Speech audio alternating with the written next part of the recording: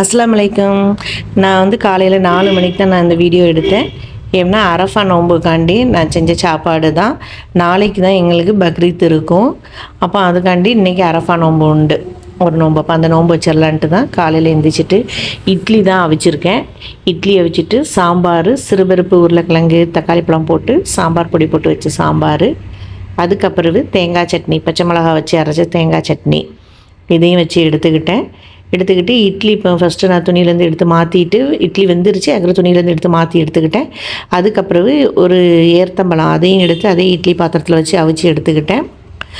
அதுக்கப்புறவு இப்போ ஒரு பிளேட்டில் நான் எல்லாம் எடுத்து வச்சுக்கிட போகிறேன். பிளேட்டில் இட்லி, சாம்பார், அதுக்கப்புறவு தேங்காய் சட்னி அதையும் வச்சுட்டு, இட்லி பொடி இருந்தது, அப்போ அந்த பொடியும் ஒரு ஓரமாக ஒரு ஸ்பூன் எடுத்து வச்சுட்டு இனி டீயும் போட வேண்டியதான். டீயும் போட்டாச்சு. இனி அதையும் எடுத்து ஒரு கப்பில் ஊற்றி கொடுத்துட வேண்டியதான். இன்றைக்கி யாரெல்லாம் அரஃபா நோம்பு வச்சுருப்பீங்க, நாளைக்கு பக்ரீத் செலிப்ரேட் பண்ணுறவங்க எல்லாருக்குமே நான் வந்து அட்வான்ஸாக பெருநாள் வாழ்த்துக்கள் சொல்லிக்கிடுதேன். ஈத் முபாரக். எல்லோரும் நல்லபடியாக சந்தோஷமாக என்ஜாய்மெண்ட் பண்ணுங்கள்.